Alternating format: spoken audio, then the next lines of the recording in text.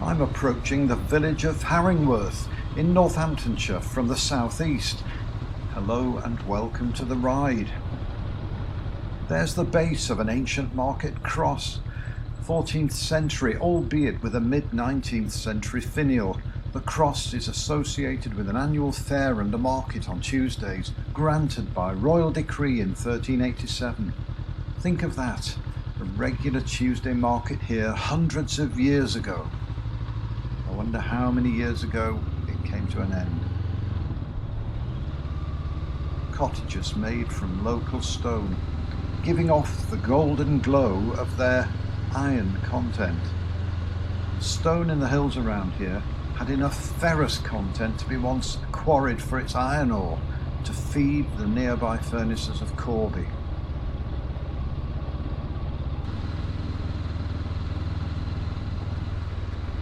Here's what I've come to see.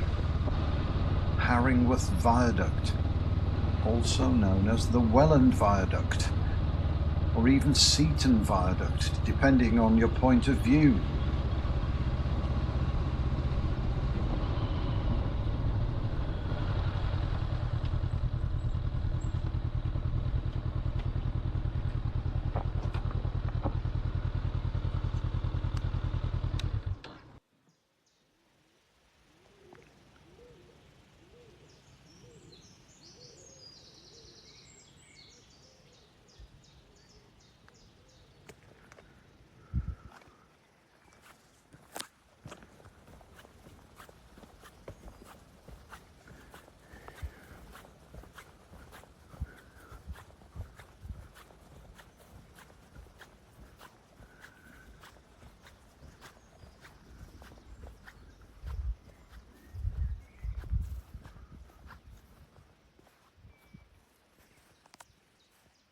The exact starting point on the Harringworth end of the viaduct is obscured by trees, crossing the River Welland between Harringworth in Northamptonshire and Seaton in Rutland.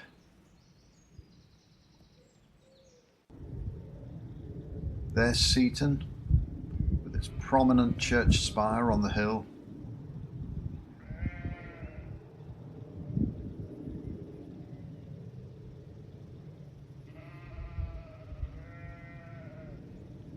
At 1,275 yards long and with 82 arches, each of which has a 40-foot span, it's the longest masonry viaduct in the United Kingdom.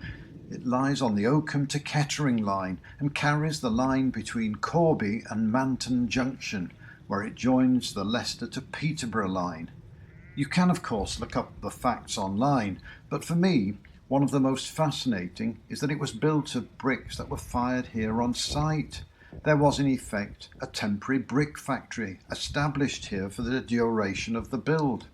And the whole structure contains 20 million bricks made from local clay.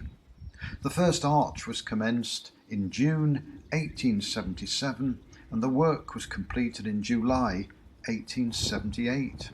You see that pier between the arches in the middle, of double thickness? It's a block pier. Call that 1, 2, 3, 4, 5, 6, 7, 8, 9, 10. There's another block pier of double thickness.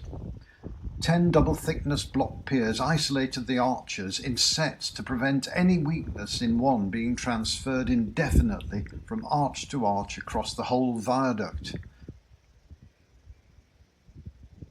There's another block pier in the centre of the screen now. And another as I approach the viaduct.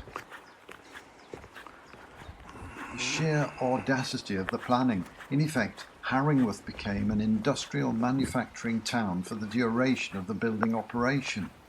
Navvies from all over the country were drawn to the area seeking work, and many came with their families.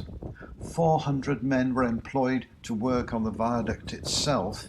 The families were housed first in huts, and then many took in lodges, living anything between 6 and 13 in a hut.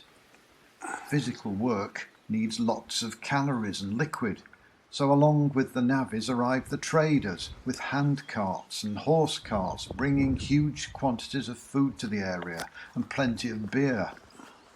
Look at this tranquil scene today, but imagine the intense hustle and bustle of a busy industrial enterprise amidst the smoke of the brickmaking, lime and mortar mixing, the clanking of stone cutting and dressing, and cries of hawkers and traders selling their various wares.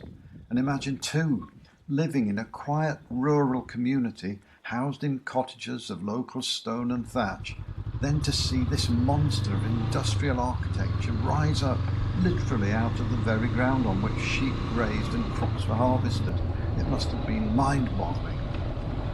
Well, the locals could at least use the train.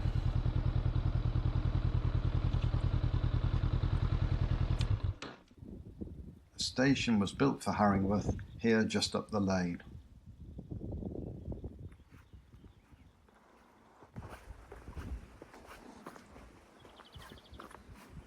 Here's the old Victorian station, now a farm and has been for some time.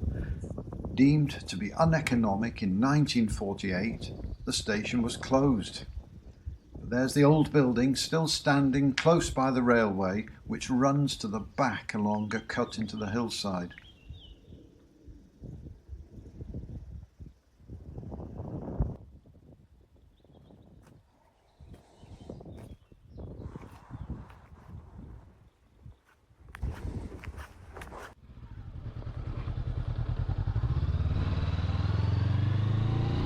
Back to Harringworth.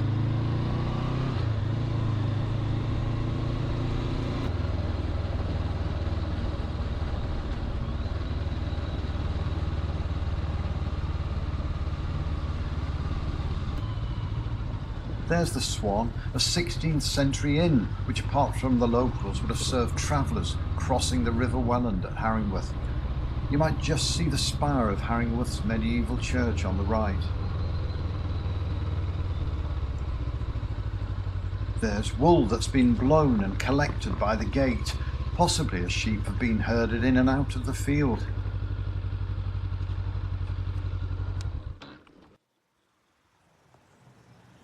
A look at the viaduct from another aspect. There's Seaton Church again. And there's the viaduct heading off across the valley to end in Britain's smallest county, Rutland. Here's the River Welland, a mere trickle during these summer months, but over thousands of years responsible for carving out the valley over which the Victorian engineers constructed the viaduct. Now a thing of beauty. So, as I passed by the ancient market cross to begin the ascent out of Harringworth, it only remains for me to thank you for riding with me. If you've enjoyed the ride, I hope you'll like, subscribe, perhaps even share. I'll then let you know when I'm next out and about. For now, I'm done.